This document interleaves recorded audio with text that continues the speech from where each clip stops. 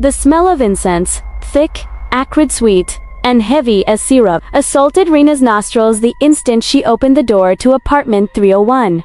It was a smell that didn't belong. Their apartment never smelled of incense. The old ceiling fan above groaned, its blades listlessly stirring the thick, humid Phnom Penh air, making the stench even more suffocating and offensive. Rena glanced at the clock on her phone. 11:04 p.m. She was late. A small, anxious knot tightened in her stomach. Her phone buzzed with a long, droning vibration. Not a normal text, but a notification from the Vimanakara app, the building's mandatory and invasive management software. The screen lit up with a line of text pinned in glaring red. The color of fresh blood. Rule number 7. All residents must be present in their designated apartment before 11 p.m. every night. No exceptions. Rena swallowed hard, her throat suddenly dry. This building, a decrepit French colonial structure, slowly rotting, with cracks like veins running down the walls, always had bizarre rules. But this was the first time there was a curfew. She hurriedly slammed the door shut, the sound of the deadbolt sliding home echoing with a dry finality, sealing them completely off from the outside world. "Rena, you're back!" Sathia's voice, her younger roommate, drifted from the living room. Her voice was flat, devoid of surprise. "We were waiting." Rena slipped off her shoes, her heart still hammering against her ribs from the rush and a sense of growing unease. "Waiting for me? What's wrong?" She froze in the doorway to the living room, her entire body going rigid. Everything was wrong. Utterly wrong! Bora, the big brother of their shared flat, was sitting in the tattered rattan armchair. He didn't look up as she entered, his gaze fixed on a spot on the floor. His thumbnail was digging into the arm of the chair, picking at it with enough pressure to tear the wicker. Sathia, the smallest of the group, was huddled on the wooden floor, her eyes glued to the static-filled television screen, the black and white snow dancing in her pupils. And, sitting primly on their only sofa, in a spot where no one ever sat, was a strange man. He was wearing a crisp white shirt and pressed black trousers, his expression unearthingly calm. He smiled at Rena, a smile that didn't reach his eyes. Apartment 301 had 3 bedrooms, 3 tenants, Rena and Bora Sotea. "Excuse me," Rena said, her voice wavering slightly as she tried to mask her confusion. "We have a guest." Sathia looked up, her expression artificially, unnaturally blank. "A guest? What do you mean?" "That's just Chan." Bora finally raised his head. His eyes were sunken, the dark circles beneath them like bruises at the bottom of a pit. "Rena, are you tired?" "Chan lives here." A cold dread, sharp as ice, ran down Rena's spine, defying the sweltering heat in the room. "Bora, what are you talking about? There are only 3 of us in this apartment. Me, you, and Savia." The man named Chan chuckled, a soft, polite, and hollow sound. "Miss Rena must be overworked. We've always been 4. Rena took a step back, her hand gripping her phone like a lifeline. This had to be a joke, a sick, tasteless joke. "No, I don't know who you are. You have to leave. Right now, leave." Savia shot to her feet, her voice pitched high and shrill, full of defiance. "Why should Chan leave? You're the one who's strange." "Savia, stop it!" Bora snapped, but his voice was trembling, weak. Rena's phone buzzed again, not the glaring red this time. A cold, blue notification. The title, Roll Update. To ensure the order of Vimanakara, the Happy Paradise, permanent roles have been assigned. Please adhere strictly. Below was a clearly itemized list. Apartment 301, Bora, Big Brother, Rena, Big Sister, Sathaya, Little Sister, Chan, Guest. Rena's mind stalled. Guest. So he was a guest. But why were Bora and Sathya acting as if he was an inseparable part of a private message popped up immediately after? Visible only to her. Private rule for Big Sister. The guest is not permitted to stay overnight. The guest is temporary. If the guest remains after 0 o'clock, the management will proceed with a cleansing. The word carried a horrific weight, making her stomach clench with nausea. Look. Rena held out her phone, trying to keep her voice steady but failing to hide the tremor. The app says he's a guest. He can't stay. It's already 11:10 p.m. Chan looked at her, the smile never leaving his face, as if it were painted on. But I've already paid my rent, big sister. He called her big sister. He knew her role, and he was using it like a weapon. Sathya Rina turned to the younger girl, her voice pleading. Help me! Tell him! We can't break the rules, you know that. Savia crossed her arms, pouting, her eyes full of challenge. I don't care. I like Chan here, he's better than you. Another private message. Just one line. Do not trust the little sister. The little sister always wants to keep the guest. Rina stared at Satya. The girl was smiling at Chan, a smile of genuine, deep affection, a complete contrast to her attitude towards Rena. Rena turned to Bora. Big brother, you are the big brother. You have to handle this. The rules say he has to go. Bora closed his eyes, his whole body shaking. The ceiling fan's crick-crick-crick was a relentless lament. The distant rattle of a tuk-tuk drifted in. The smell of incense was so thick, she could almost taste its bitterness on her tongue. Bora? Rina pressed. I don't know, Bora whispered, his voice laced with desperation. I don't know what to do, Rena. The app, ... It's not giving me an option. Useless, Rina hissed, fear turning to anger. She looked directly at Chan. You heard him. You have to go right now. Now. Chan sighed, a long theatrical sigh, and stood up. He was taller than Rena had realized, his shadow stretching across the floor, swallowing a patch of the water-stained wall in the dim light.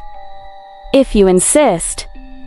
He walked toward the door. Rina let out a small sigh of relief, feeling a sliver of hope. As Chan passed Sathya, the girl suddenly grabbed his hand, clutching it tightly. Don't go. Sathya, let him go, Rina commanded, her voice sharp. No, Sathya shrieked, tears streaming down her face, but her eyes flashed with something defiant. You did this last time, too. You always make them leave. Last time. Rina was stunned. What are you talking? Her phone buzzed. A blazing red rule. Rule number 4. Residents are strictly forbidden from acting aggressively or obstructing a guest's departure. At the same instant, Sathya's phone buzzed. She glanced at it, then threw it onto the sofa in disgust. I don't care. You're going to get us all killed, Rena screamed, panic beginning to flood her, paralyzing her reason. She lunged forward, trying to pry Sathya's fingers off Chan. But though tiny, was unnaturally strong, as if an invisible force aided her. She clung to Chan, and now she was simultaneously screaming and laughing. Bora! Do something! Bora shot to his feet, his face pale. Stop it! Both of you! But it was too late. A deep, heavy bong sound echoed from the old intercom speaker mounted in the corner of the ceiling. The sound wasn't electronic. It sounded like a fractured bronze temple bell, heavy and dead. The hallway light outside their door snapped off, plunging the doorway into a solid blackness. The apartment fell eerily silent, the only sounds being Sathya's choked sobs and the creak-creak-creak of the fan, which now sounded like a prayer for the dead. Rena's phone screen blazed to life. Warning. Rule number 4 has been violated. The management is en route. Please prepare for cleansing. No. Rena stumbled back, her back hitting the cold wall. No. It was her fault. It was. Sathya Chan stood perfectly still, his expression still strangely calm. He looked at Rena, his eyes searching. You see now, don't you? You can't make me leave. Bora rushed to the front door, pressing his eye to the peephole. Oh no! Oh God! They're here! Who's here? Sathya stopped crying, her voice trembling with genuine fear. The management. Bora backed away from the door, his face bloodless, white as lime. A new scent crept under the door, overpowering the incense. Not incense, it was the smell of jasmine, sweet to the point of suffocation, the kind used to perfume corpses, mixed with the damp reek of old plaster and the sharp, chemical tang of formal. A sound came from the door. Not a knock. A scratch. 3 slow, heavy scratches, like metal nails dragging across the old wood. Vimanakara management. A voice rasped through the door. It was dry, toneless, devoid of emotion, as if issued from a throat full of dust and insects. Requesting routine inspection, the phones of all 3 of them minus Chan lit up at once. Rule number 9. When the management arrives, the big brother must open the door. All questions must be answered truthfully. The management dislikes falsehoods. Bora was shaking, cold sweat beading on his forehead. Rina? What do we do? There are 4 of us, Rina whispered, her mind racing, searching for an escape. They'll know there are 4 of us. Declaring apartment 301. Registered residents 3? The voice outside said, as if it could read their thoughts right through the wooden door. 3, Rina repeated, her voice thick with horror. It knows there are only 3. She looked at Chan. He was the guest. He was the extra. He was the cause. She looked at Sathya, who was crumpled in fear, tears welling in her eyes. Do not trust the little sister. The warning screamed in her head. She looked at Bora. You're the big brother. You have to open the door. The scratching came again, requesting compliance. Bora looked at Rina, his eyes a desperate plea. Rina took a deep breath, the smell of formal and jasmine filling her lungs, making her dizzy. The panic gave way to a cold, cruel clarity. Someone had to go. The rules said the guest was temporary. The rules said the guest couldn't stay. This was the only way. Bora, Rina said, her voice firm, resolute. Open the door and show them the guest. Sathya let out a heart-wrenching scream. No, you can't. Chan moved suddenly. He didn't lunge for Rena. He lunged for He clamped his hand over her mouth before she could say another word. She. Little sister. The big sister is talking. His smile was grotesque now, filled with triumph and malice. Bora, seeing this, clamped his jaw shut, his teeth grinding. He turned, his trembling fingers fumbling with the deadbolt. The door slowly creaked open. There was no one there, only the solid, impenetrable darkness of the hallway. A thick black void. The smell of jasmine and formal flooded the room like a tidal wave, so potent that Rina choked, her eyes watering. Management, Bora called out, his voice a weak croak. We are here. The dry voice echoed. This time, it seemed to come from everywhere at once, from beneath the floor, from the ceiling, from the damp walls themselves. Registered. 3. Current. 4. Surplus detected. It's him, Rena shouted, pointing directly at Chan, who still had his hand clamped over Sothia's mouth. He's the guest. The app said so. He has to go. For 1 second, everything froze. Even the fan seemed to stop its creaking. Then, Chan let Sathya go. He looked at Rina, no longer smiling. His eyes were cold as ice. Are you sure, big sister? I'm sure, Rina said, her voice unwavering, though her heart was pounding. Chan nodded, as if accepting a simple fact. Very well. He turned toward the darkness in the doorway. I am Hari. Ere. 2 arms, gaunt and skeletal, tightly bound in stark white mummy wrappings, snaked out from the darkness. They were impossibly long, moving with a horrifying, fluid grace. They did not seize Chan. They seized Sathya didn't even have time to scream. Her eyes flew wide, filled with an agony and terror that words could not describe. The wrapped, cold, and dry fingers clamped around her throat and waist, yanking her backward into the darkness with horrific force. Bora lunged, his hand grasping at the air where Sathya had been. Rina stood frozen, her entire body numb. Why? Why? Why her? He was the guest. Sathya was dragged into the black hallway, her form vanishing instantly. The door slammed shut with a concussive boom that shook the floor and the wall Rina was leaning against. The deadbolt clicked, locked automatically, loud and final. The smell of jasmine vanished instantly. The ceiling fan continued its creak creak creak, as if nothing had happened. Chan stood there, calmly brushing down the front of his white shirt, as if he'd just finished a simple chore. Bora hammered his fists against the wooden door, screaming Sathya's name in hopeless rage. Rina stared at Chan. What? Why? Her phone vibrated. System update. Cleansing complete. Thank you for your cooperation. A private message followed, cold and impersonal. Note: for Big Sister, Guest Chan has finalized his residency registration. Little Sister Sathya obstructed the process. The little sister has been eliminated. Rina felt bile rise in her throat. She wanted to vomit. Do not trust the little sister. The little sister always wants to keep the guest. The rule wasn't a warning about say, it was an instruction. A test. Sathya was a pawn, and Rina had failed her. No, she had passed. She had complied. She had not trusted the little sister. She had chosen the guest, and she had won, at the cost of Sethi. What did you do? Bora spun around, his eyes blazing red with hatred and despair. Rina? What did you do? I followed the rules, Rina stammered, her voice weak. Good job, Big Sister. Chan smiled, a true smile of victory.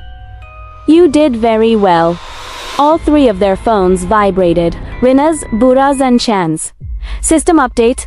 Apartment 301 now has 3 registered residents. New roles have been assigned. Bora, Big Brother. Chan, Big Sister.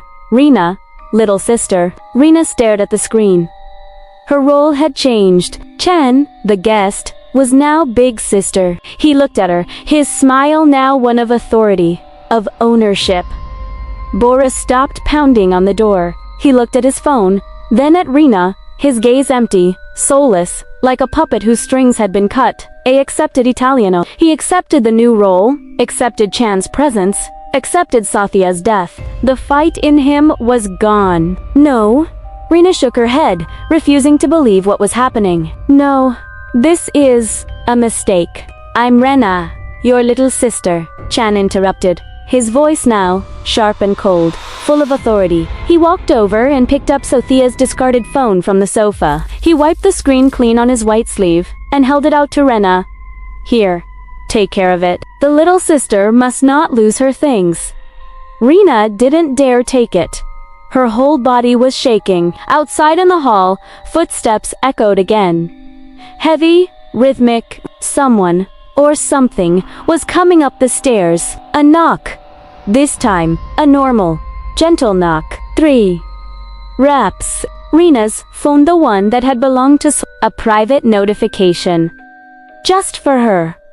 Welcome, little sister. A new guest is on the way. This time, remember, the big brother and big sister will make the decisions. The little sister must simply obey. The knock came again. A little more impatient. Chan looked at Rina, his eyes cold and commanding. What are you waiting for, little sister? Go open the door for the guest. Thanks for watching until the end. What was your favorite part? Please let me know in the comments below. If you found this video helpful, don't forget to leave a like, share it, and subscribe to the channel so you won't miss my future content. Your support is my biggest motivation. Thank you all so much. The jasmine hit first. It was a suffocatingly sweet scent, clinging to the humid heat of the Bangkok suburbs like a silk shroud. Pim paused at the rusted iron gate, taking a deep breath, trying to shake the onion. The fragrance was thick, potent, but beneath it, something was rotting. A low, heavy smell of mud and wet rot, and something once living, now slowly, patiently decaying. She raised her camera, lens pointed toward the house. Just a house? she whispered, the internal mantra feeling thin. This was the subject for her project. What remains?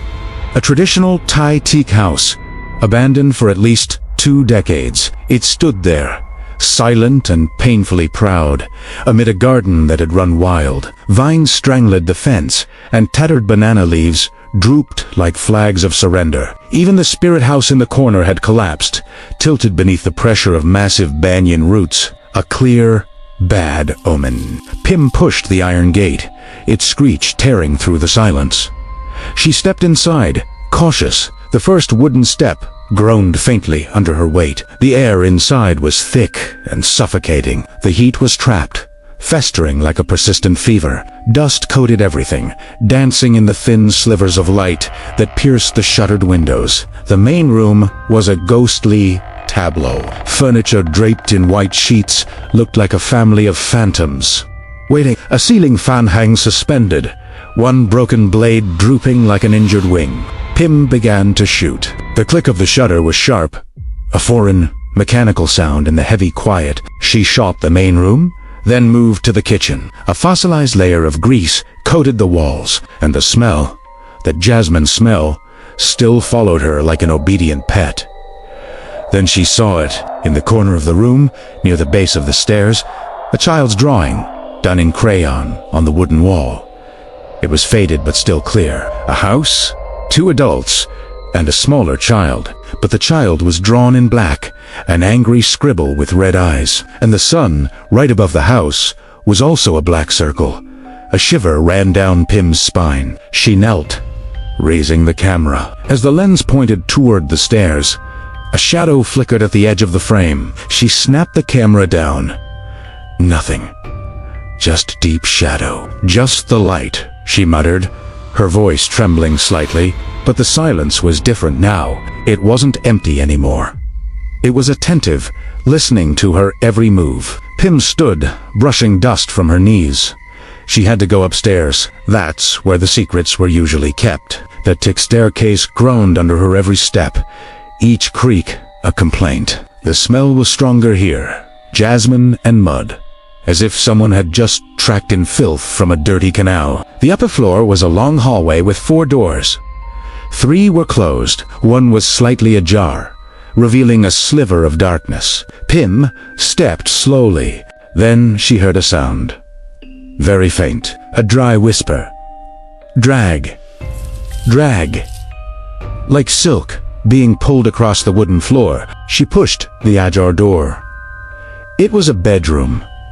A large, canopied bed. The sheer, ivory-colored canopy was moving slightly, though there was no breeze, and on the bed, amid the mildewed pillows, was a lock of long, black hair. Pim's heart hammered, a dry thump in her chest. She backed away, hitting the doorframe. "Hello," her voice trembled. "Is anyone there?" The silence was the answer, a thick, oppressive silence. Drag, drag. The sound came again. Clearer this time, from behind one of the closed doors. Her instincts screamed at her to leave. Immediately, but curiosity, the obsession with the hidden story, kept her rooted. She raised her camera like a shield and approached the door. Her hand shook as she reached for the brass knob. It was bizarrely cold and damp. She turned Italiano. The door opened with a piercing creak. Inside was a child's room, nearly empty. Just a crib in the corner. Pim stepped in. The air was frigid, so cold she could see her breath. A damp chill touched the back of her neck, like the hand of a drowned man. She spun around. Nothing. Drag. Drag. The sound was now in the room. She slowly turned her face back to the crib. Something was inside. Wrapped in a dirty blanket, it was mobbing. Pim stood rooted. Fear rose from her stomach, paralyzing her. She couldn't scream. She couldn't run. She could only watch. The blanket slid down. Underneath wasn't a baby. It was a tangled mess of broken dolls. Plastic arms, empty glass eyes, and hair. So much tangled, black hair. Drag, drag. It was the sound of the dolls. They were moving. Their tiny plastic fingers were scratching at the wooden bars of the crib. Pim let out a choked sob. She turned, stumbled, and fled the room. She ran down the hall. All thought of photos left behind. She scrambled down the stairs. Panic made her miss the last step, and she fell sprawling onto the dusty floor. The camera flew from her hand, skidding across the floor and hitting the wall with a sharp crack. She moaned, pushing herself up. And then she realized the front door, the door she had left open, was now shut tight. "No," she whispered. She crawled to the door, grabbed the handle, and pulled. It didn't budge. "No," she repeated, her voice full of despair. "Please!" "No." She'll beat her hands on the door. "Help me." The wood was thick and solid. Her pounding was swallowed in the silence. Silence. But no, it wasn't silent anymore. Drag, drag. The sound was on the stairs. Drag, drag, drag. It was coming down. Slowly, steadily. Pim scrambled backward, pressing her back against the door. Her eyes were fixed on the darkness at the top of the stairs. "Who are you?" Pim screamed, her voice breaking. "What do you want?" "Drag. Drag." A shadow emerged from the darkness. It wasn't tall, only the size of a child. But it wasn't a child. It shambled, one leg dragging. Its body was wrapped in filthy silk. Long black hair cascaded down, hiding its face. It was dragging a life-size doll, tattered and black with grime. The jasmine smell was gone now, replaced by the horrific stench of mud and rotting mildew. The creature stopped at the foot of the stairs. It lifted its head. The hair parted. There was no face. Husta smote ivory white surface, like a massive, cracked eggshell. No eyes. No nose. No mouth. Pim opened her mouth to scream, but not a sound came out, only a choked gasp. The creature tilted its head, as if savoring her terror. Then, from the center of the blank face, a crack appeared, a black split. It opened, wider, forming a mouth. No teeth, no tongue, just a black void. A sound came from it, not a drag, not a whisper. It was the cry of a child, an agonizing, mournful wail that echoed from the void itself. Pure terror broke Pim's paralysis. She turned, beating frantically at the door. She rammed it with her shoulder. "Please," she sobbed. "Please, let me out." The crying suddenly stopped. A dead silence flooded the space. Pim stopped pounding. She held her breath, listening. No more crying, no more dragging. Nothing at all. She slowly turned her head. The living room was empty. The creature was gone. The doll was gone. Pim panted, trying to regain her composure. Was it all just imagination? A panic attack? The heat and the smell. She looked down at the floor. Right where the creature had stood, a wet patch of mud was spreading, and in the middle of the puddle, a single, fresh, white jasmine blossom lay, as if in defiance. Pim stared at the flower. Then she felt it, a cold, damp touch wrapped tightly around her ankle. She looked down. A small, gray hand, wrapped in dirty silk, was gripping her leg. It had been under there the whole time. Right at her feet. She didn't even have time to scream before the faceless mouth opened directly in front of her, and the darkness swallowed her whole. When Pim awoke, she was upstairs, in the bedroom with the canopied bed. She tried to move, but couldn't. Her limbs were heavy, as if cast in lead. She was lying on the bed, and she was not alone. The ivory canopy stirred, and a figure sat at the edge of the bed. Its back to her. It was a small woman, dressed in a faded sabai. Her long black hair was tied in a neat bun. She was humming a lullaby, a sad, repeating melody. "Who?" Pim rasped, her throat dry. The woman stopped humming. She slowly turned. Pim saw her face. It wasn't a blank face. It was her own, but older, gaunt. Her eyes were sunken, filled with an endless, bottomless grief. The woman old Pyame smiled. A humorless smile. "You're home," she whispered, her voice like tearing silk. "No," Pim said. "This isn't my home. I'm a photographer. I'm on a project." Old Pim shook her head. Silent tears streamed down her wrinkled cheeks. "You always lie. You always try to run. But you can't. You belong here." "What do you mean?" Pim felt the panic rising. "The project?" Old Pim sneered. "You came here to find what remains, didn't you?" She laughed. A dry, broken sound. Sebendum picking up Pim's camera from the floor. It was perfect, new, not a scratch on it. "You always hide behind this?" she said, stroking the camera body. Then she turned it over. The back wasn't an LCD screen. It was a small, tarnished mirror. Old Pim held the mirror up to Pim's face. "Look!" she commanded. Pim looked. She didn't see her reflection. She saw a bright, sterile hospital room. She saw herself, lying motionless in a bed, hooked up to machines, skin pale, eyes closed. "What happened?" Pim breathed, horrified. "An accident," Old Pim replied, her voice flat. "On the way here, you were in too much of a hurry. You're always in such a hurry." "I'm in a coma." "You're here!" Old Pim snapped, her voice sharp. "You're in between. You're trapped, just like it." And then Pim heard it. The cry. The child's cry. Echoing from the hallway. "No. Pim. Sobe. That's not real. It's our child," Old Pim said, her eyes suddenly blazing. "The one you forgot." "I don't have a child. You forgot." Old Pim screamed, her voice echoing. The bedroom door flew open. The faceless creature stood there. It was taller now, thinner. It clutched the ragged doll. "You abandoned it," Old Pim hissed. "When you found out you were pregnant. Ju cum era. The place you grew up. The place your own mother abandoned you." Nopum shook her head, tears streaming. "You tried to get rid of it. In this very house, in this room."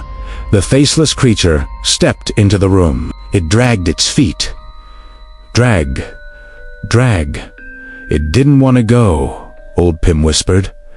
It clung to life.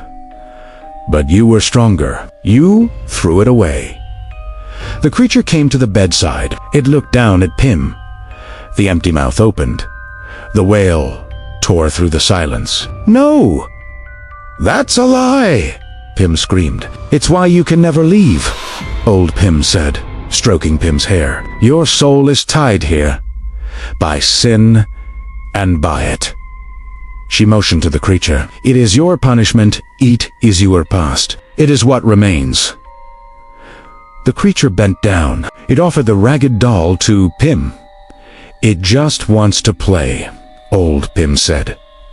Pim looked at the doll. The fabric on its face was torn, revealing one cold, glass eye staring at her. "Take it," Old Pim urged. Pim refused. She squeezed her eyes shut, a cold, wet touch on her cheek. She opened her eyes. The faceless face was inches from hers. The stench of rotten jasmine filled her nose. It was waiting. "Take it," Old Pim commanded. Shaking, Pim reached out. She no longer controlled her own body. Her fingers closed around the doll. The moment her fingers touched the filthy fabric, the creature threw back its head and shrieked. A sound not of this world. A sound from the abyss. And Old Pim, she was laughing. Finally, she breathed. "Now we can be a family." She leaned back, her body beginning to fade, dissolving into the shadows. "No!" Pim screamed. "Don't leave me. Mother never leaves."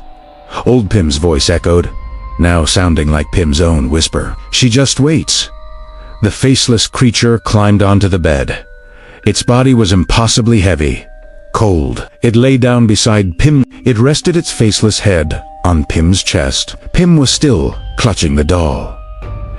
She couldn't let go. The jasmine smell returned, suffocatingly sweet and rotten. The smell of sin, the smell of permanent loss. She heard the front door slam shut downstairs. This time, it was for good.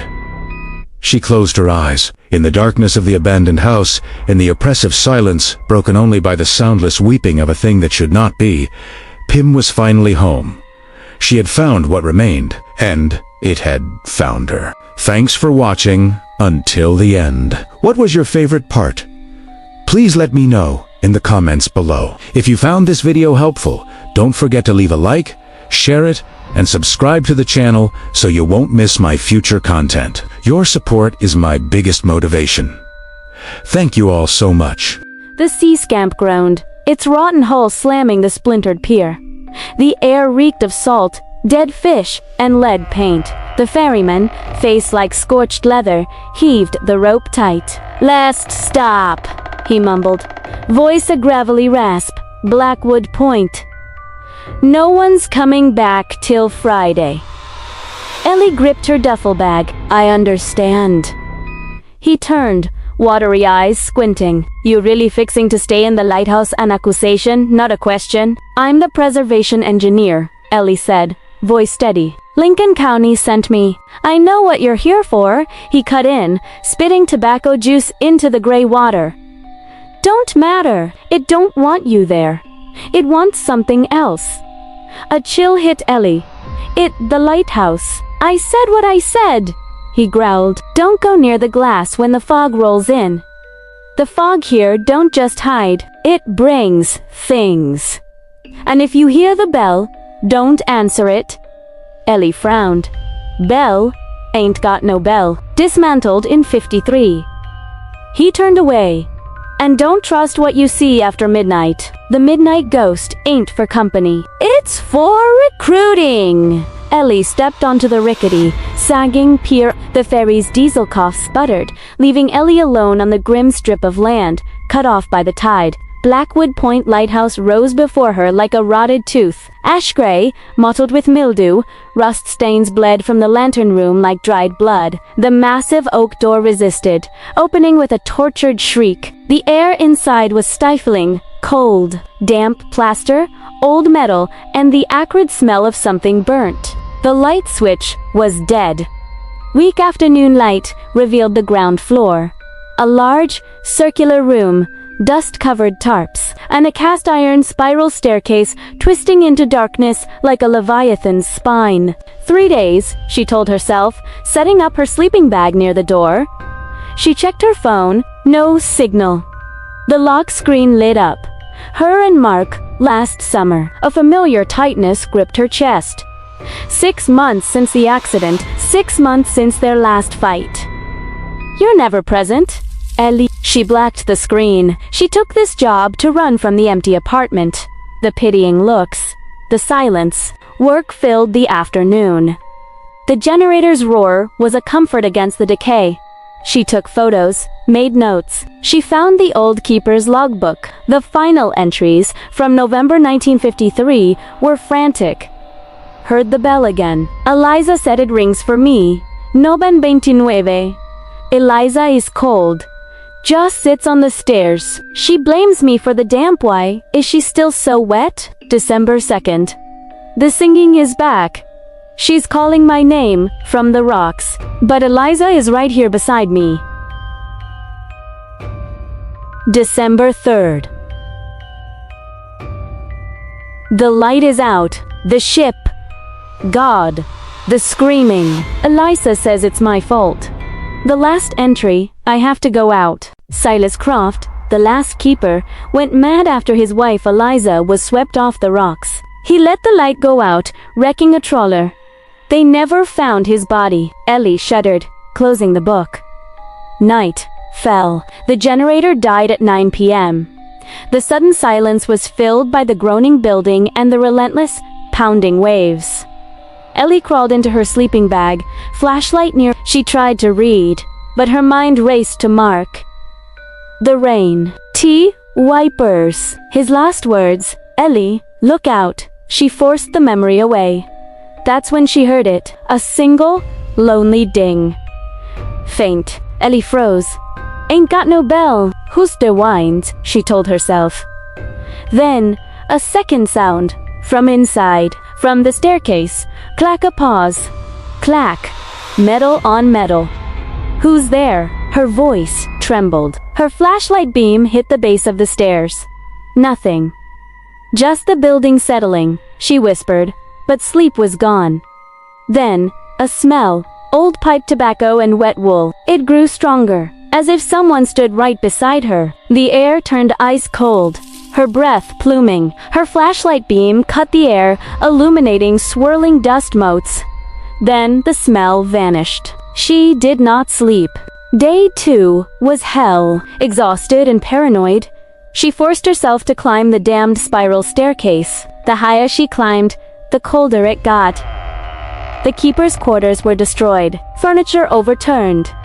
And the scratches. The door to the balcony was barred from the inside. The wood was shredded, embedded with broken fingernails, as if Silas had been desperate to get out of the room. Then she saw it on the dusty windowsill, and her blood froze. A crudely carved wooden bird. She knew the nick on its left wing. Mark had carved it for her. No, she whispered. It was on her nightstand in Portland. It could not be here. I'm hallucinating, she muttered. She ran, stumbling down the spiral stairs, and tore through her duffel bag. Nothing. It wasn't there. She burst outside, gasping. The tide was high. The land bridge was gone. She was trapped. Ding. The bell. Clearer this time. In broad daylight, with no wind, she scanned the churning reef. Nothing. She looked up at the lighthouse and screamed. A dark silhouette stood in the lantern room, staring down at her. She blinked. It was gone. She spent the day in quiet panic, only going inside when darkness forced her. That night, she dragged a file cabinet to block the door and sat with her back to the wall. Wrench in hand, she started the generator. Needing the noise, the fog rolled in, thick and white, suffocating the sound of the waves. The generator's chug was the only sound. At midnight, her watch beeped. Instantly, the generator died. Absolute, heavy silence. Ding the bell. Right outside the door. Loud, clear. Ding ding. D-I-N-G. Stop it! Ellie? E-L-D. E-L-E. The bell stopped. A pause. Then, clump. From upstairs, a heavy sea boot hitting the floor. Clump. Closer. On the stairs, a deliberate, soaking step. Drip. Drip. Something was coming down. Dripping, seawater. The stench hit her. Tobacco, wet wool, and now rotten seaweed and coppery blood. Stop! Ellie screamed, aiming her flashlight at the stairs. The beam hit empty air. The footsteps paused. Then, from the darkness just above, a wet whisper. Eliza. Ellie screamed. I'm not Eliza. The footsteps resumed, but going up. Quickly, clump, clump, clumped, towards the lantern room. A deafening clang echoed from above. A new dread seized her. The ship, she gasped, remembering the logbook. The light she didn't try to escape. She ran after it, hurling herself up the spiral stairs, flashlight beam dancing. The cold air burned her lungs. The stench was overwhelming. The keeper's quarters were empty. The wooden bird was gone. A groaning shriek of metal came from the lantern room. It was trying to move the lens. Ellie climbed the final ladder into the room. It was tomb cold. The giant Fresnel lens stood silent in the center. Silas. A creak. Ellie spun. A figure stood silhouetted against the foggy glass, water dripping from its old sea coat. It turned. The face was pale, bloated. The eyes, wide and milky white, were still his. Mark, she gasped. The wrench clanged on the floor. It tilted its head, a jerky, unnatural movement. Water trickled from its mouth. No, Ellie backed away. You're dead. The Mark thing took a wet step. You let the light go out, Elliot whispered. The voice was not Mark's. It was the hiss of the sea. What? No. The accident, the truck. You closed your eyes, it whispered, taking another step. Just for a second. You were tired. You let the light go out. The memory hit her like a tidal wave. The fight. I'm tired of this, Mark. She had closed her eyes just for a second. The blaring horn, the twist of metal. Mark's still, open-eyed face. No, she sobbed, sliding to the floor. It was an accident. The bloated face twitched, melting into the gaunt face of Silas Croft. You let the light go out, it hissed. Then it was Mark again. We all let the light go out. It loomed over her. This is our lighthouse now, it whispered. The fog never lifts. And you are the keeper. Ellie looked up. The wooden bird, she whispered. It was you. I never left, it said, and neither will you. It bent down, cold, wet lips, brushing her ear, using Mark's voice. It's okay, Ellie. We have all the time in the world. Then, the other gravelly voice from the same lips. Eliza, my love. Her flashlight flickered twice and died. Absolute darkness. Eleanor's scream was lost in the sudden, deafening roar of the lighthouse foghorn, a sound unheard in 50 years. Friday morning, the ferryman waited. 10 minutes. 20. He honked. Nothing. Damned fool. He stepped into the lighthouse. Her sleeping bag and tools were there. No Ellie. He climbed the stairs, heart pounding. He'd seen this before. In the lantern room, there was no body, just a puddle of salty seawater, though it hadn't rained, and on the windowsill, looking out to sea, sat the crudely carved wooden bird. Ebakdawai making the sign of the cross. He'd report the structure unsafe. He just wouldn't tell them why. Blackwood Point always got what it wanted. That night, and every night after, fishermen reported a strange thing. At exactly midnight, the long-dead Blackwood Point lighthouse casts its light into the fog, a single, weak beam, sweeping the dark water, searching for a ship that will never return. The battered taxi turned onto a dirt road the GPS didn't recognize. The wipers shrieked. A dry, desperate sound against the glass, a broken rhythm, useless against the monsoon rain tearing at the night. Priya tightened the thin silk shawl around her shoulders, but the chill didn't come from outside. It crept from within. The air in the cab was heavy, a suffocating mixture of diesel fuel, musty cardamom ground into the floor mats, and something else. A cloying, sweet stench she couldn't place, like lilies. Forgotten in stagnant water. Rohan, her husband, sat beside her, utterly oblivious. He was adjusting his silk tie for the 10th time, eyes glued to the dead screen of his phone. Its weak light cast his face in shadow, highlighting a wired, tense excitement. You see, Priya, Havali Suryagar, Mr. Kulkarni doesn't just see anyone. This is an honor. A life-changing opportunity. Priya nodded, a numb gesture. Her throat tightened. An honor. That's why they had driven 6 hours out of Jaipur, through torrential rain, deep into the remote countryside where old forts rotted in the dark like the skeletons of dead gods. An hanur, or a bizarre arrangement. The invitation had been delivered to their hotel by a courier, not an email or a call. Thick cardstock, its gold trim tarnished, inscribed only with dinner. 7 o'clock, and an almost illegible address. She'd felt it then. The wrongness, a feeling like someone had just dumped a bucket of ice into her chest. The taxi jerked to a halt. Brakes screaming. Ahead of them, through the gray sheet of rain, stood massive iron gates. They weren't just old, they were ancient, as if forged from shadow itself. The bars twisted like petrified serpents, woven together in menacing silence. And the smell, it hit her the moment Rohan opened the car door.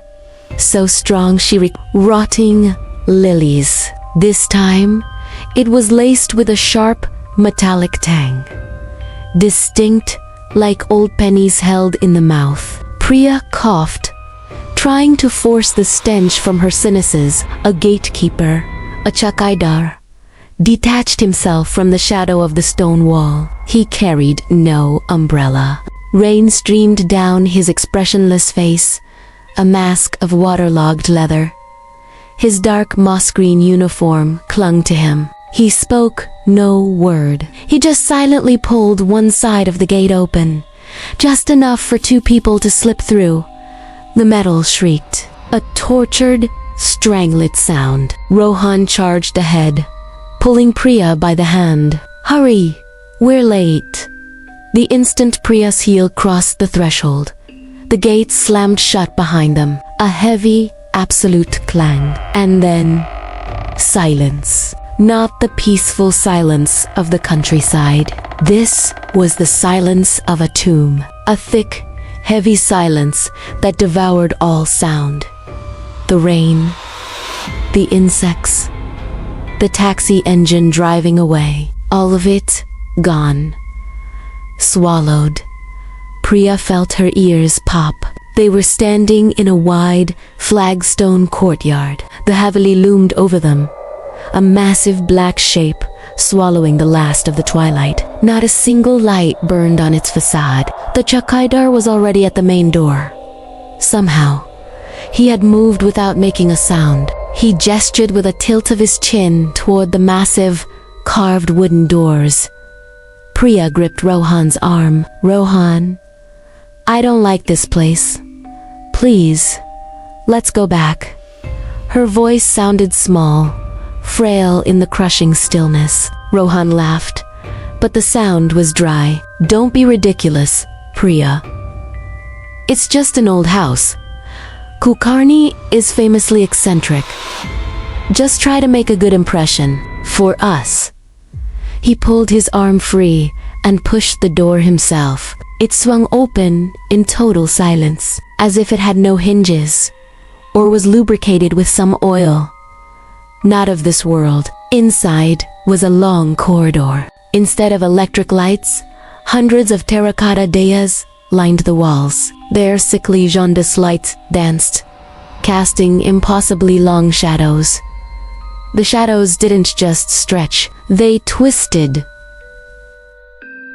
They clung to the vaulted ceiling like living things, convulsing with every flicker of the flames. The air inside was even heavier. The metallic, floral, rot now mingled with the smell of spices. Not cooking spices, old spices. Cardamom, saffron, clove. The smell of a pantry sealed for a century. "Welcome," a voice rasped from the end of the hall. It was thin, dry as parchment. The chakaidar was already there, standing under a dark archway. Priya hadn't seen him pass them. "Mr. Kulkarni is waiting."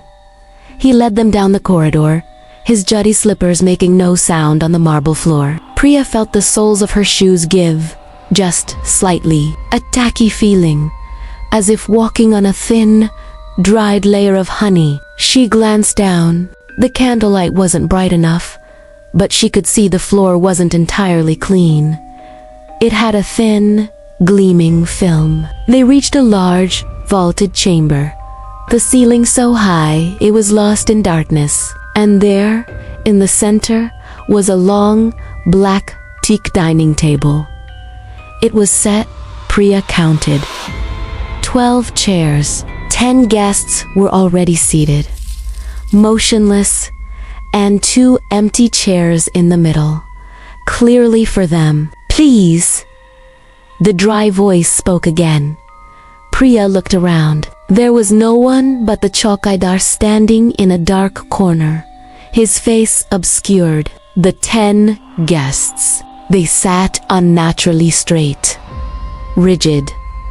They wore expensive silk saris, but the colors seemed faded, as if water damaged.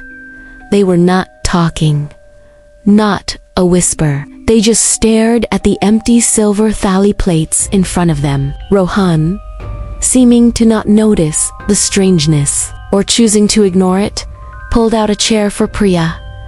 "Thank you," he said loudly into the void. No one answered. No one looked up. Priya sat. The velvet chair felt damp.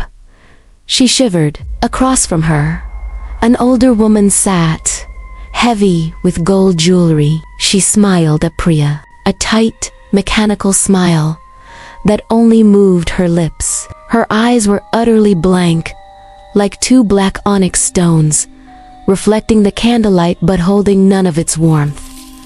"Shall we begin?" Rohan cleared his throat, trying to break the oppressive silence. At that exact moment, the servers emerged. They appeared from dark doorways Priya hadn't noticed. They didn't walk. They glided in perfect, unsettling unison. All wore the same moss-green uniforms as the Chakadar, and all kept their heads bowed, their faces impossible to see. They began to serve. The food, small silver bowls, were placed on each thali. The aroma that rose was thick. It was spice, but distorted, wrong. The dal makhani was suspiciously dark.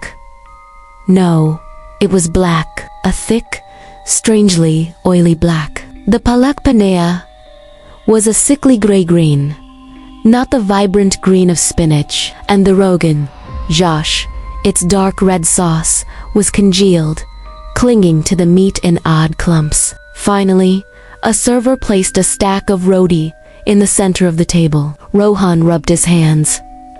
"Wonderful. Wonderful. I'm starving." He tore off a piece of roti, dipped it in the black dal, and put it in his mouth. "Delicious," he said, but his eyes narrowed slightly, a little rich.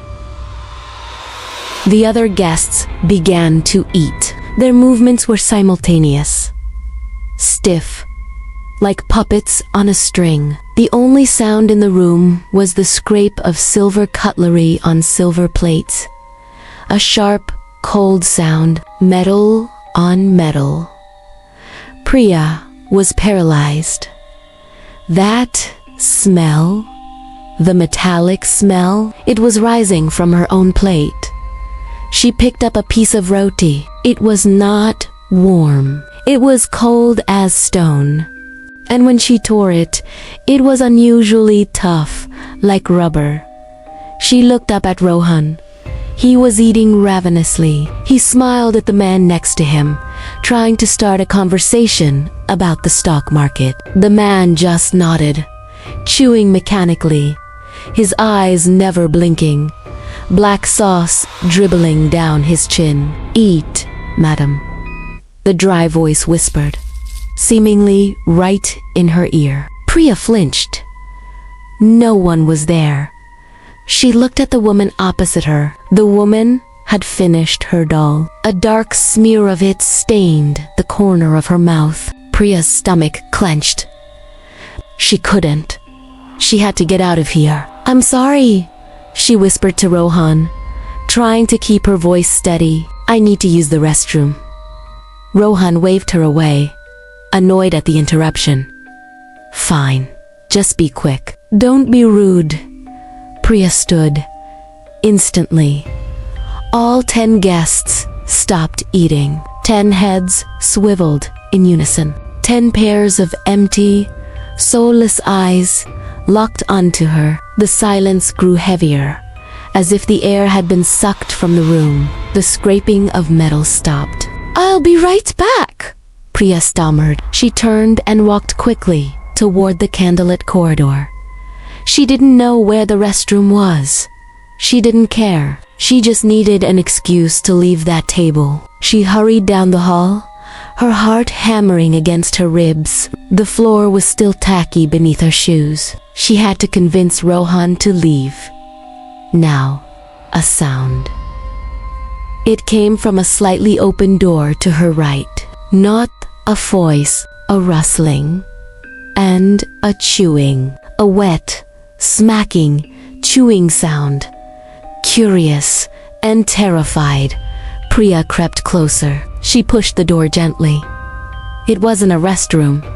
It was the kitchen, a huge, old-world kitchen with copper hooks hanging from the ceiling. There were no candles, only a cold, blue-green light from a massive stone oven in the corner. The smell in here was overwhelming. The rot and metal were so strong, she gagged, covering her nose, and she saw them. The servers, they weren't preparing food. They were eating. They were clustered around a large stone table, heads bowed, scooping food from large platters with their hands, shoving it into their mouths. Ravenously, the wet chewing echoed in the room. One of them looked up, as if sensing her. Priya held her breath. In the pale, greenish light, she saw his face. He had no eyes, only to empty, weeping, and his mouth was sewn shut with thick, rough, black thread. The thread pulled the skin taut, puckering the lips. But somehow, he was still chewing. A dark fluid seeped from between the stitches, dribbling down his chin and dripping onto the floor. Priya choked back a scream. She stumbled backward, bumping a shelf. A copper pot crashed to the stone floor, a deafening, echoing clang. In the kitchen, all movement stopped. In that one deathly silent moment, Priya turned and ran. She fled back down the corridor, her own footsteps, frantic, tacky slaps on the floor. She didn't care about Rohan anymore. She just wanted out. She burst into the dining hall. Rohan, we have to. She froze. Rohan was not there. Their 2 chairs were empty, and the 10 other guests were gone. The table was pristine. Not a crumb of food, not a drop of sauce. 12 gleaming silver thalas, empty, sat in perfect order, as if the dinner had never taken place. Rohan, she called, her voice cracking with panic. Are you looking for your husband, madam? The dry voice rasped. This time, it came from the head of the table, the part that had been lost in shadow. A figure slowly rose. The darkness seemed to cling to him, reluctant to let go. He was unnaturally tall and skeletal. He wore an old-fashioned, jet-black achkon. Who are you? Priya backed away. Where is Mr. I am Kulkarni, the shadow answered. He drifted from the darkness. He did not walk. He glided, his black achkon undisturbed. The candlelight hit his face. His face was a sheet of taut, ash-gray skin, like old parchment. His eyes were bottomless pits that reflected no light, and he had no lips. Only a horizontal slash where yellowed, sharp teeth showed through. Your husband is an ambitious man, Kulkarni hissed. His voice sounded like parchment rubbing together, like dry insects. He was so eager to pay the price. What price? What are you talking about?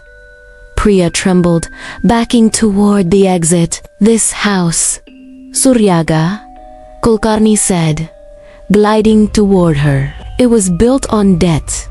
It demands balance. Our guests come bearing something they crave, and they leave something of equal value. I don't understand. Priya hit the wall. She'd gone the wrong way. This was not the exit. Rohan wanted success, power. He was willing to sacrifice anything or anyone. Kulkarni tilted his head. A dry, cracking sound came from his neck. But you, Priya, you are not like him. You crave nothing. You just carry sorrow. Priya's fear was replaced by an icy dread. The air was forced from her lungs. What sorrow? You know, Kulkarni whispered. His voice became almost gentle, a revolting tenderness. He raised one long, skeletal finger. About your sister, Anaya. The pool accident. You were supposed to be watching her. No. Priya gasped. No one knew that. It was her secret. Her guilt, the weight she carried every single day, buried beneath her smile and her marriage. How did you... Tugurni interrupted. It tastes, it smells, and it hungers.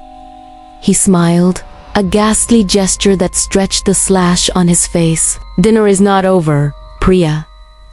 We have served the appetizers, the petty desires. Now it is time for the main course, the real feast.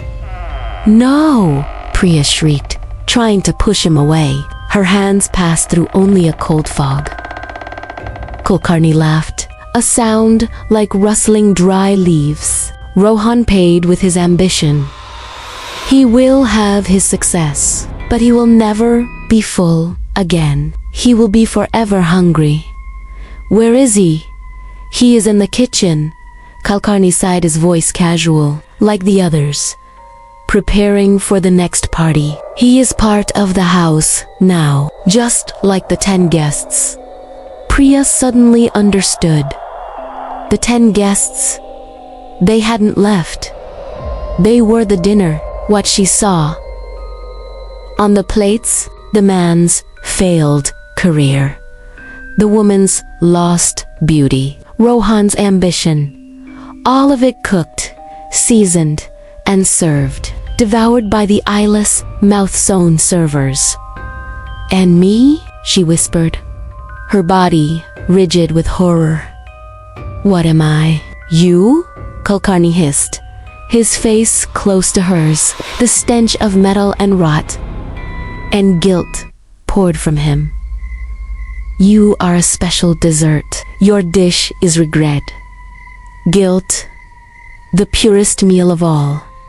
He gestured. The eyeless servers with their sewn mouths emerged from the very floor. They glided, surrounding her. They were not carrying plates. They were carrying thick black thread and long, curved silver needles, the kind used for sewing burlap sacks. Do not worry, Kulkarni whispered, melting back into the shadows. Here, no one has to eat alone. You will serve very well. The Chakadar stepped forward. He held a single silver but it was not empty. On it, gleaming wickedly in the candlelight, was a small metal object. It was the butterfly necklace she had dropped by the pool the day Anaya died. Priya opened her mouth to scream, but no sound came out. Only the thick stench of old spices, of metal, and of eternal regret. The sound was swallowed, smothered by the smell of rotting lilies and old iron. Absorbed by the silence of the house, the Chakaida raised the silver needle, and the real feast began. Thanks for watching until the end. What was your favorite part? Please let me know in the comments below. If you found this video helpful, don't forget to leave a like, share it, and subscribe to the channel so you won't miss my future content. Your support is my biggest motivation. Thank you all so much. Alani did not remember the smell of this house. The scent had changed. It was no longer the sharp scent of eucalyptus oil and the sweet, warm clove cigarettes of her nenek. Now, it was something heavier, an oppressive blend of old teak, fabrics forgotten for decades, and a thick dust fine as ash that left a sharp, sour taste on the back of her tongue. The motorcycle taxi's engine faded behind her, returning her to the silence of the Indonesian countryside. It was not a peaceful silence. It was thick with humidity, alive with the hiss of unseen creatures in the weeds. The Rumah Pusaka, the ancestral home, stood there, looming in the plum-colored twilight. Its mossy tile roof looked like a permanent scowl, staring down at the garden that had surrendered to nature. The front door was unlocked. She pushed it gently, and the hinges shrieked a long, dry protest. The stagnant air inside hit her in the face. Hot, still, and carrying that smell. It was the smell of neglect, the smell of time left to rot. "I'm home, Ninig," Alani whispered. Her voice was instantly swallowed by the heaviness of the room, and no one answered. Her grandmother had been dead for 3 weeks. 3 weeks she had delayed this trip.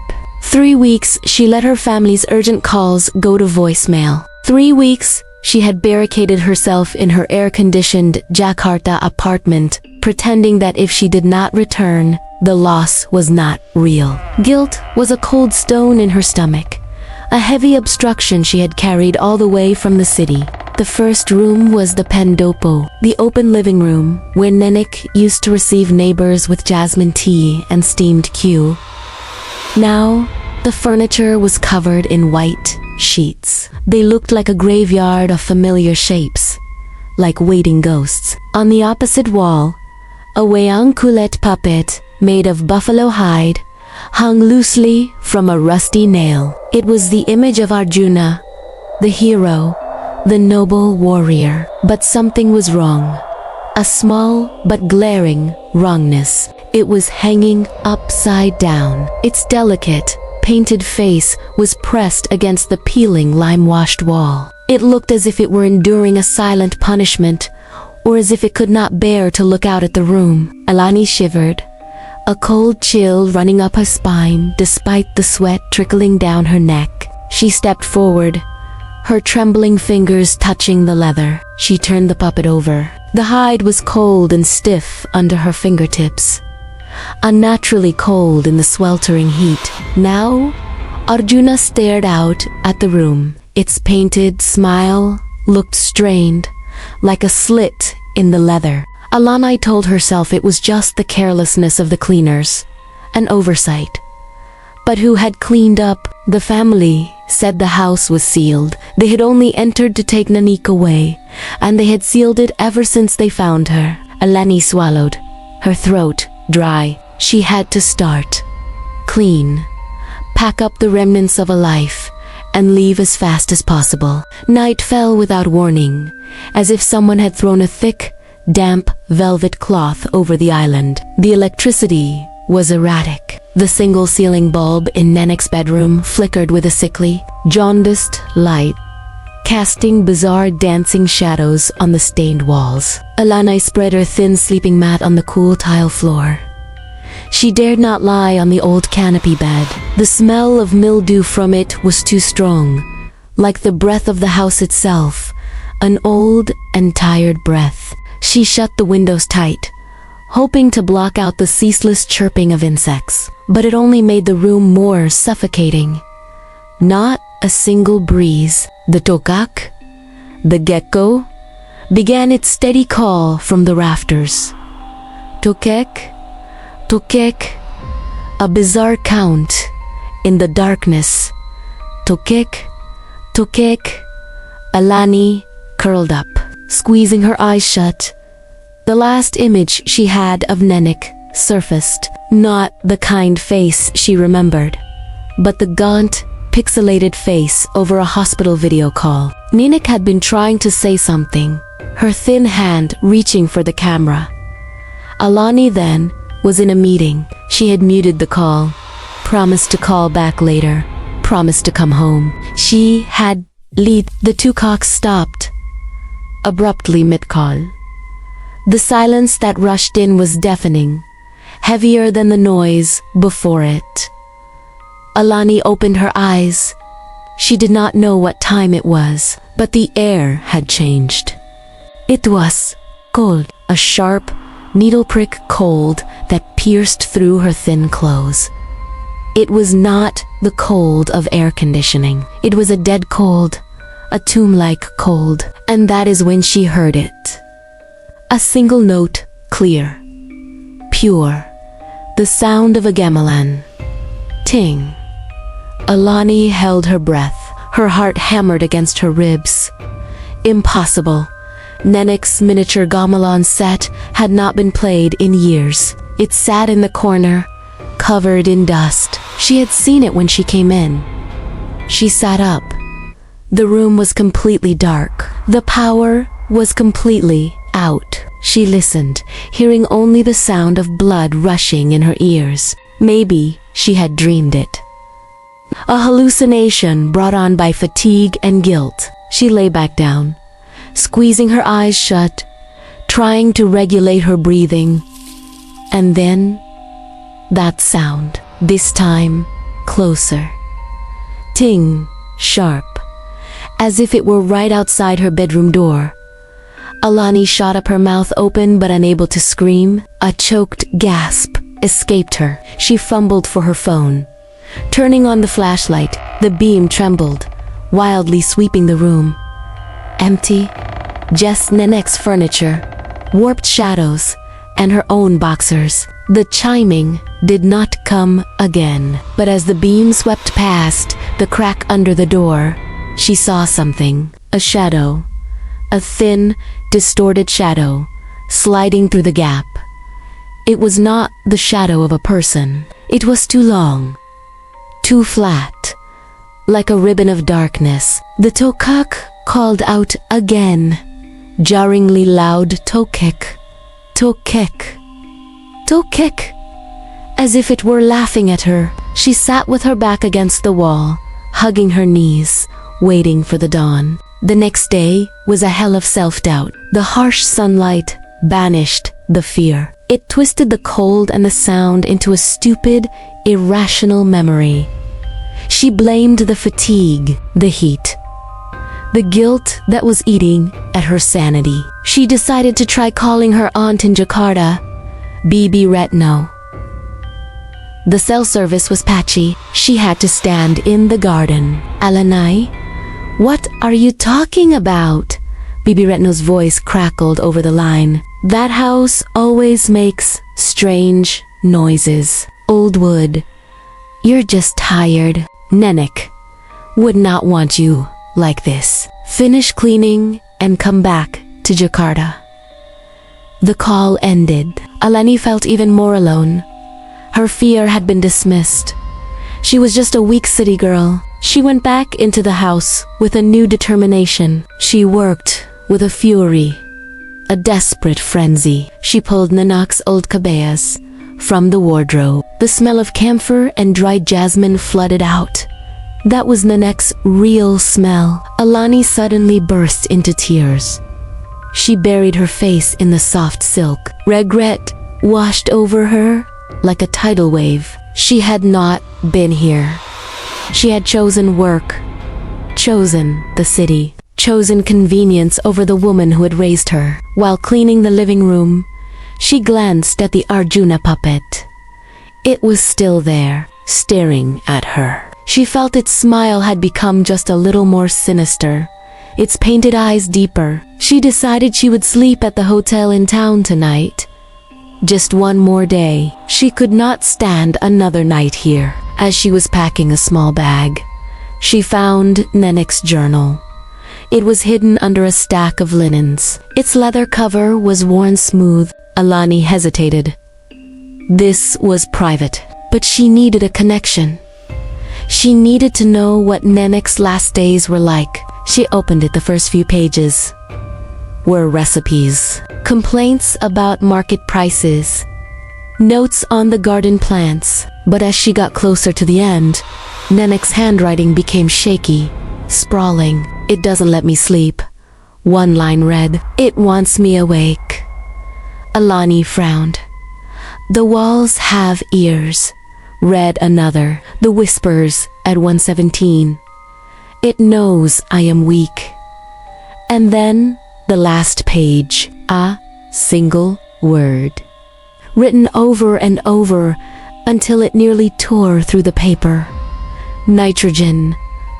Alani slammed the book shut. 117. She looked at her phone's clock, nearly 5 p.m. She had to leave. Now. She grabbed her bag and ran to the pendopo. She stopped cold. Her heart plummeted into her stomach. The Arjuna puppet, it was facing the wall. Again, a violent shiver ran down Alani's spine. No more impossible, she was certain, absolutely certain, she had turned it around. "Someone is messing with me," she said aloud. Her voice cracked in the heavy air. "Ada orang di sini, is someone here?" Only silence answered. A listening silence. She ran to the front door. She grabbed the handle. It did not budge. She pulled. It was stuck. She looked down in panic at the lock. It was locked from the inside. With a heavy iron bolt she was sure she had not touched. She tried to pull the bolt. It was solid as rock. Rust seemed to have fused it to the frame. But how? It was open when she came in. She pounded on the thick wooden door. "Tolong. Tolong. Help." But the garden was silent. The neighbors' houses were too far away. Panic began to rise in her throat. A sour, bilious taste. She was trapped. The sky outside turned a bruised purple. The rain began to fall. Heavy and violent, as if the sky itself were trying to break in. That night, the nightmare began in earnest. She did not try to sleep. She sat in the kitchen. It was the only other room with an exit, though its back door was also jammed. She sat in the weak light of a backup flashlight. Her hand gripped a fruit-peeling knife. The sound of the rain hammering the tin roof drowned out everything else. She almost felt safe in the white noise. Almost. But then, at exactly 1:17 in the morning, the rain stopped, as if someone had turned off a faucet.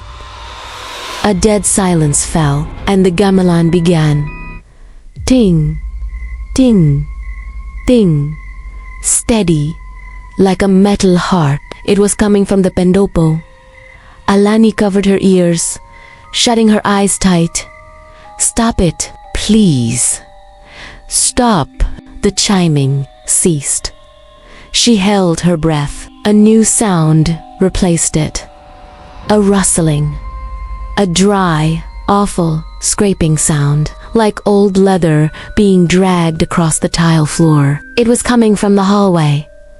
It was moving toward the kitchen. Alani scrambled back, pressing her back against the damp wall. Her flashlight beam shot toward the doorway. "Who's there?" she whimpered. The scraping stopped right at the threshold. Nothing was there, just impenetrable darkness, but she could smell it. Jasmine. An overpowering scent, so sweet it was nauseating. The scent Nenek used to perfume her hair. Nenek Alani whispered. Fear and a desperate, insane hope twisted inside her. And from the darkness, a whisper answered. It was not Nenek's voice. It was a dry sound, like crumbling leaves. No. Alani's heart felt like it stopped. The scraping sound started again, but this time it did not sound like it was moving. It sounded like something was trembling, reassembling itself. Alani's flashlight beam wavered. She pointed it at the opposite wall, and she saw the shadow. The shadow was back. It was no longer on the floor. It was on the wall. It was long, thin, with sharp, jutting joints. It was the shadow of a wayang puppet. But it was not Arjuna. It was much, much larger. A grotesque shape she did not recognize. And it was moving. The shadow lifted its head, as if it were looking at her, and it slowly raised a clawed arm. Alani screamed, a real scream. She threw the knife into the darkness and ran. She ran into Nenek's bedroom. She did not know why. She slammed the door shut and jammed a chair under the handle. She could hear it outside. That dry scraping, it was clawing at the door. Not with fingernails. With something hard and flat, like the edge of a piece of leather. Scrape, scrape, scrape.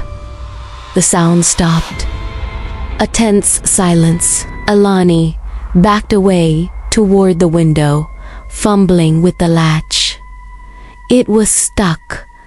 What the hell is happening? She cried. Hot tears streamed down her cheeks. She looked around the room in desperation. She needed to get out. Anywhere. She saw Nenek's old standing mirror. It was tall as a person, covered in dust, leaning in the corner. She had never looked into it. She did not want to, but now, in the weak, dying light of her flashlight, she caught her reflection, and she froze. The woman in the mirror was not her. I mean, it was Alani, but it was not.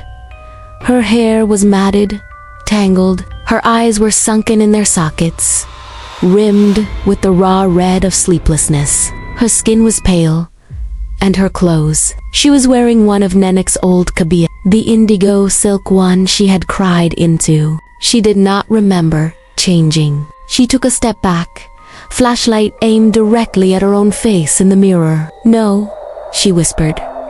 The person in the mirror said nothing. She just looked at her. With Nenek's eyes. Tired eyes, but now they were filled with resentment. And then the person in the mirror smiled, a wide, tooth-bearing smile, but Alani's own lips did not move. Absolute panic seized her, choking the air from her lungs. She spun away, gasping, then glanced back. Her reflection was still smiling, though her own face was a mask of terror. This was not one night. She realized it instantly. How long had she been here? The boxes she had packed were still there, untouched. A fine layer of dust had settled on them. Nenek's journal had fallen from her pocket when she ran. It was open to the last page, the scrawled nitrogen monoxide. Alani suddenly realized that was not Nenek's handwriting. It was hers. She had written it. The sound outside the door had changed. It was no longer scraping. It was a breath, a long, dry exhale, like wind through a cave. And the gamelan chimed again. Tingalani spun around. She had to get out. This wasn't real. It was a nightmare, a punishment born of guilt. She lunged for the door. She threw the chair aside. Let me go. She twisted the handle. It was not locked. It opened a celly. The hallway was dark, silent. She ran through the darkness, sprinting for the pen. She could see the faint moonlight filtering through the window slats. Freedom. The Arjuna puppet was no longer on the wall. It was gone. Thank God, she panted. She raced to the front door. The rusted iron bolt. It was still shut. She threw her entire body weight against it, pulling open. Open. Her voice caught in her throat. A smell hit her. Not jasmine, not mildew. It was the smell of Kamenian. The funeral incense. It was overpowering, and it was coming from behind her. She turned. Slowly. The pendopo was not empty. In the center of the room, where the moonlight streamed in, the Arjuna puppet was standing. Not hanging. It was standing upright, with no strings to support it. It was nearly as tall as she was, and beside it was the thing that had cast the shadow. A grotesque, black, twisted Wayang puppet. A demon from mythology. It had no face, only a void where its eyes should be. But Alani felt it watching her. 1,000 unseen eyes drilling into her. The gamelan chimed again. Ting, 117. Arjuna slowly lifted its head. Its painted smile seemed to tremble, to widen. The shadow demon raised its leathery arm. Alani realized the terrible truth. Nenek had not been haunted. Nenek had been fighting this thing every night, alone. This is what had exhausted her. This is what had made her weak, and she had lost.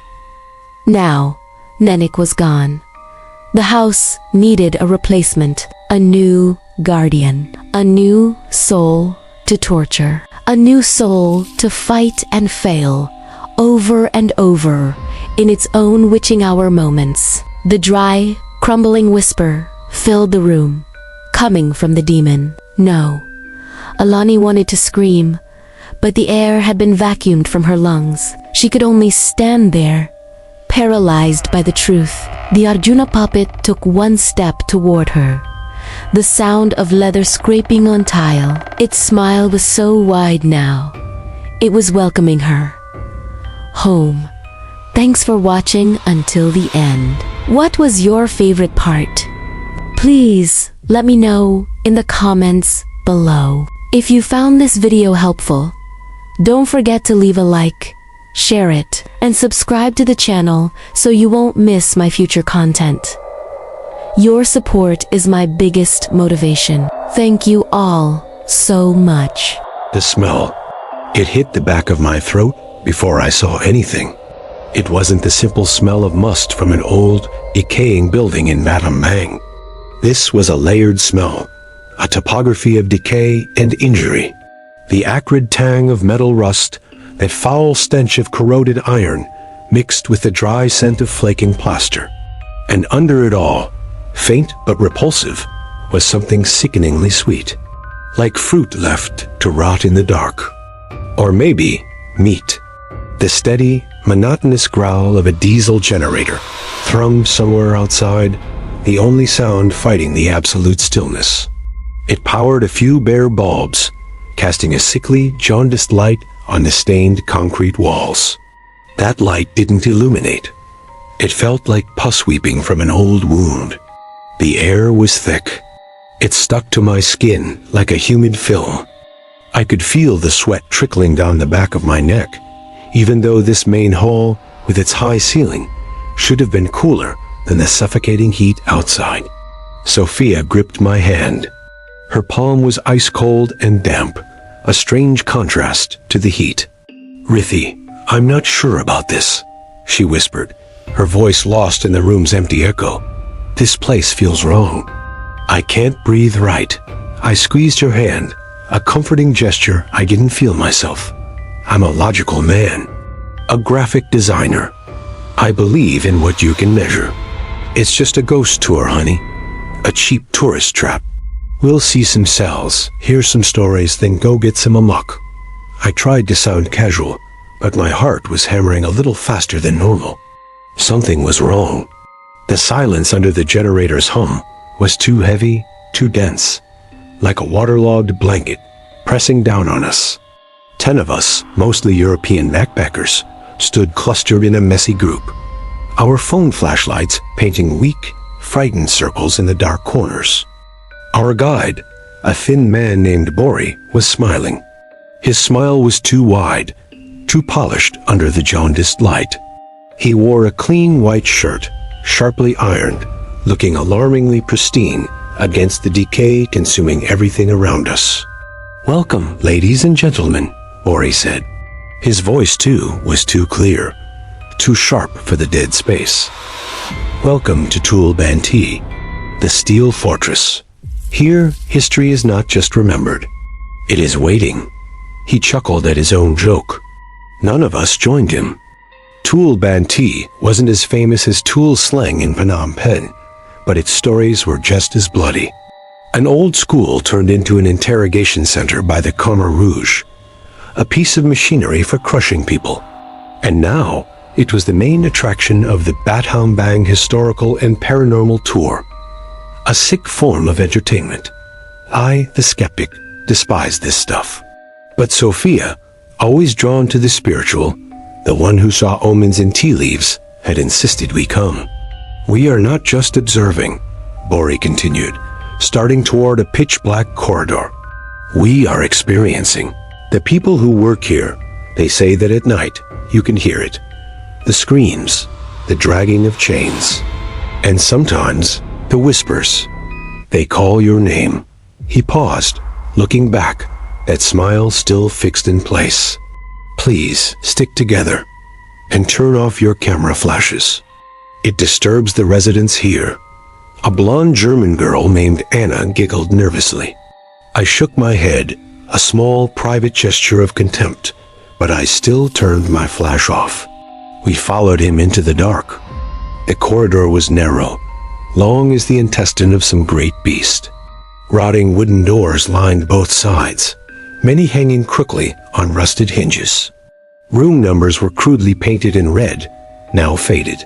The sickeningly sweet smell intensified. It wasn't fruit anymore. Now it smelled of desperation, old sweat, urine, and fear.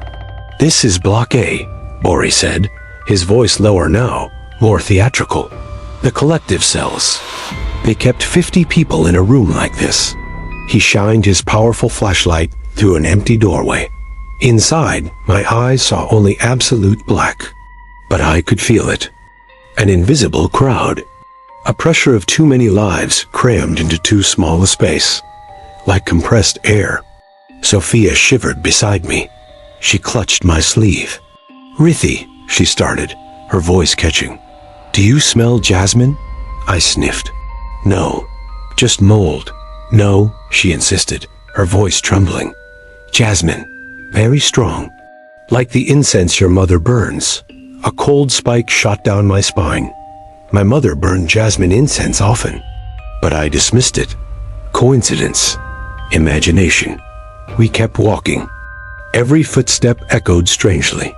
Water dripped from somewhere above. A steady, clock-like sound.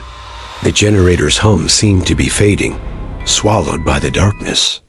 Worry stopped at a closed door, this one made of metal. Interrogation room number 3, he announced. This is where they used special methods.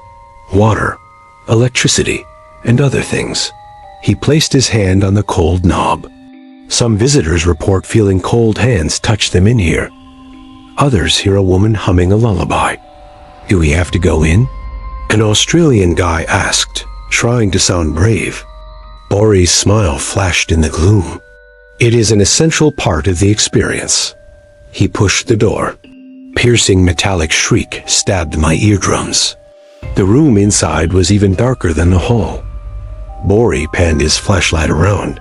It was a small, empty room, except for an overturned metal chair in the corner and a dark, almost black stain that covered nearly the entire floor. Now, Bori said, his voice full of drama. To truly connect with the past, we will try something. We will turn off all our lights. For just 60 seconds. Listen. What? No, Sophia said immediately, her voice tight with panic. Don't worry, honey, I soothed, though a wave of my own fear was rising. It's just 1 minute, Bori began to count. 3, 2, 1. His flashlight clicked off. Then, one by one, we shut off our phones. Darkness fell. It wasn't just the absence of light. It was a physical thing. Heavy, suffocating, and thick. It plugged my ears, my nose, my mouth. I could hear the others breathing, fast and shallow. I could hear my own heart pounding in my chest. 1 second. 2, 3. Absolute silence. And then I heard another sound. A rustle. Very light. Like coarse fabric being dragged across concrete. It was coming from the corner, where the chair was. What was that? The German girl whispered. She, Bori hissed. The rustling stopped, then I heard it. A whisper. Not English. Not modern Khmer. It was an ancient, guttural sound right next to my ear. Srey. Girl. I felt Sophia jolt beside me. At the same time, I felt something touch my wrist. It was cold, burning cold, and I could distinctly feel 3 fingers. They tightened. I shouted. "Lights!" I screamed, trying to rip my hand free from the invisible grip.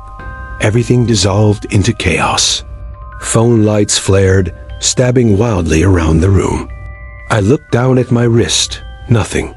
But there, on my skin, were 3 bright red welts, rising clearly like deep fingernail marks. 3 marks. Not 5. Exactly the 3 fingers I had felt. My logic evaporated. The blood in my veins turned to ice. Sophia was staring at the corner. Her eyes were wide, filled with a terrible, paralyzing terror. Where did it go? She gasped. The woman, she was right there. She was watching us. "All right, that's enough," the Australian guy said, his voice cracking. "We're getting out of here." Everyone scrambled for the door. But Boris stood blocking the exit, his smile gone, replaced by a strange, empty expression. "The tour is not over," he said, his voice flat, emotionless. "Everyone, calm down," I tried, though my hand was shaking. "Ori, we want to leave." Ori tilted his head. "But you haven't seen the best part. Solitary, where they kept the difficult ones." He pointed down the hall, deeper into the oppressive dark. Just then, the generator died. Thump. The sound didn't fade. It was cut. Abruptly, we were plunged into absolute, total blackness. This time, it was 1,000 times more terrifying. The silence that rushed in was violent. No background hum. Just our own panicked gasps. "Be calm," Maury said, his voice now seeming to come from far away. "It's just the generator. I will go check." I heard his footsteps walking away, back the way we came. "Wait," I called out. "Don't leave us here." No reply. Just the echo of his steps. "Damn it," the Australian guy cursed. "Lights. Get your lights on." Most of us did. Weak beams from our phones sliced the dark, making shadows dance wildly on the walls. We were 9. Anna, the German girl who had giggled. She was gone. "Anna?" her friend called out, her voice trembling. "Anna, where are you?" Not a sound. "Where is she?" The Australian guy growled, shining his light in my face. "I don't know." I glanced at Sophia. She was shaking uncontrollably, but she wasn't looking at me. She was staring down the hall, where Bori had disappeared. "We have to go back," I said. "Rightin'." I stopped. A sound. The rustling again. This time, it wasn't from one corner. It was from every direction, from all the cells. As if dozens, hundreds of people were moving, dragging their feet on the concrete floor. "Riffy," Sophia whispered, her voice so small I could barely hear it. "They don't like the light." Just as she said it, the Australian guy's phone blinked out. Just a flicker, then black. "What the hell?" he started, but he screamed. A short, choked-off sound, and then silence. "Run!" I yelled, grabbing Sophia's hand and pulling her in the opposite direction of the entrance, deeper into the prison. I don't know why. It was instinct. The entrance felt wrong. It felt like a mouth. We ran. 8 of us, slamming into each other in the dark, lit only by the few remaining phones. The rustling was right behind us now, louder, more urgent, like a black tide. "In here," I shouted, shoving Sophia into an open cell. The others piled in after us. I slammed the wooden door. It groaned in protest. No lock. I pressed my back against it, my whole body shaking. "What the hell is happening?" Someone sobbed. We huddled together in the tiny room, pointing our weak lights at the dark doorway. "Quiet," I commanded. The rustling stopped right outside the door. I could hear breathing, a wet, ragged breathing. And then I smelled it again. Jasmine? Overpowering, suffocating. It choked me. "Sophia," I whispered, "are you okay?" She didn't answer. She was standing in the corner, her back to us. Sophia. I shined my light on her. She turned slowly. It wasn't Sophia. I mean, it was her face, her clothes, but her eyes. They were entirely white, milky, devoid of life. And she was smiling. The exact same smile as Bori. Wide, polished. You should have listened, she said. The voice wasn't hers. It was a grotesque harmony of many voices, old and young, male and female, all speaking at once. They are so hungry, Rithi. Behind me, the wooden door didn't open. It exploded into splinters. I didn't run. I was frozen. I could only stare into my wife's blank white eyes as the darkness flooded in, bringing with it the shriek of metal and the smell of rust. Everything went black.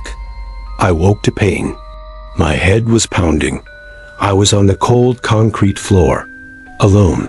The room was empty. No Sophia, no other tourists. I scrambled up, fumbling for my phone. It was gone. The only light was a weak, jaundiced sliver coming from the hallway. The generator was running again. Its steady, monotonous growl was a grotesque, false comfort. I staggered into the hall. Sophia, I called out. My voice was a raw croak. Only an echo answered, but the hallway looked different. The smell of rust and mold was gone, replaced by the smell of new plaster. The broken doors were now solid, painted a fresh, dull gray. The red numbers looked new. Bori, I yelled, desperate. I started to run, back toward the entrance. I had to get out. I had to find Sophia. I ran through the main hall where we started. It was empty, clean. I threw myself at the front door, slamming my shoulder into the metal bar. It didn't budge. I hit it again. It was locked solid. Oh God, no, I panted, beating on the door. Help me. They cannot hear you. Bori's voice came from behind me. I spun around. He was standing at the entrance to the corridor, hands clasped behind his back. Still the clean white shirt. Perfect. Still that smile. What did you do to her? I growled, stalking toward him. Where is Sophia? She is part of the experience, Bori said calmly, as if discussing the weather. Just like the others. Just like you. What the hell are you talking about? The tour, Bori said, beginning to stroll around the hall. A fascinating concept. People pay to be frightened. They seek a thrill. They want to touch a tragic past without actually getting dirty. He stopped by a wall of black and white photos of victims. But this place, Rithi, it has rules. It does not like to be trivialized. The pain here is too great. It has become a conscious thing. It needs, it feeds. You're insane. I am the caretaker, he corrected. My ancestors died here. They speak to me. They told me the pain needs to be soothed. The other tourists, I whispered, the cold shock running down my spine. Where are they? Bori chuckled. You thought Anna was from Germany? She was from Bristol, the 2011 tour. This place likes to keep souvenirs. And Sophia, I choked out. Why her? Because of you, Bori said, his smile fading, revealing something cold and cruel beneath. You brought her here. This place doesn't feed on fear. It feeds on skepticism. It feeds on your logic, Rithi. It breaks you by taking what you love. No, I shook my head. No, this is a nightmare. Do you hear that? Bori asked, tilting his head. I listened. Beneath the generator's hum, I heard a new sound. Tires on gravel. A car engine shutting off. Laughter. The midnight tour, Bori said, smoothing his shirt. Always the most popular. He walked toward the front door. I lunged, my fist raised. Let me out. My hand passed right through him. Like moving through cold air. I stared at my hand. I felt nothing. Bori turned, and for a second, his face blurred. It melted. It shifted. For one horrific moment, I saw dozens of other faces superimposed on his. Oh, you can't leave, the multitonal voice chimed. You are the new main attraction. The front door opened. A new group of tourists filed in, blinking in the jaundiced light, laughing and nudging each other. A new guide, a young woman, smiled at them. She winked at Bori. "Welcome, ladies and gentlemen," she began. "Welcome to Tul Banti." I stood there in the hall. The group walked past me. They looked right through me, as if I didn't exist. I tried to scream, "Don't come in. Run," but no sound came out. I looked down at my hands. They were fading, translucent. The cold I felt at the beginning, it was inside me now. I smelled jasmine, overpowering, and I heard the whisper. "Srey." It was coming from the walls themselves. They were calling the new tourists' names. I turned back to the corridor. The darkness was beckoning. I could hear a lullaby. Sophia was in here somewhere. I knew it. I had to find her. I walked into the dark, no longer a tourist, but a part of the history, a part of the horror. I am the warning, and I am waiting. Thanks for watching until the end. What was your favorite part? Please let me know in the comments below. If you found this video helpful, don't forget to leave a like, share it, and subscribe to the channel so you won't miss my future content. Your support is my biggest motivation. Thank you all so much.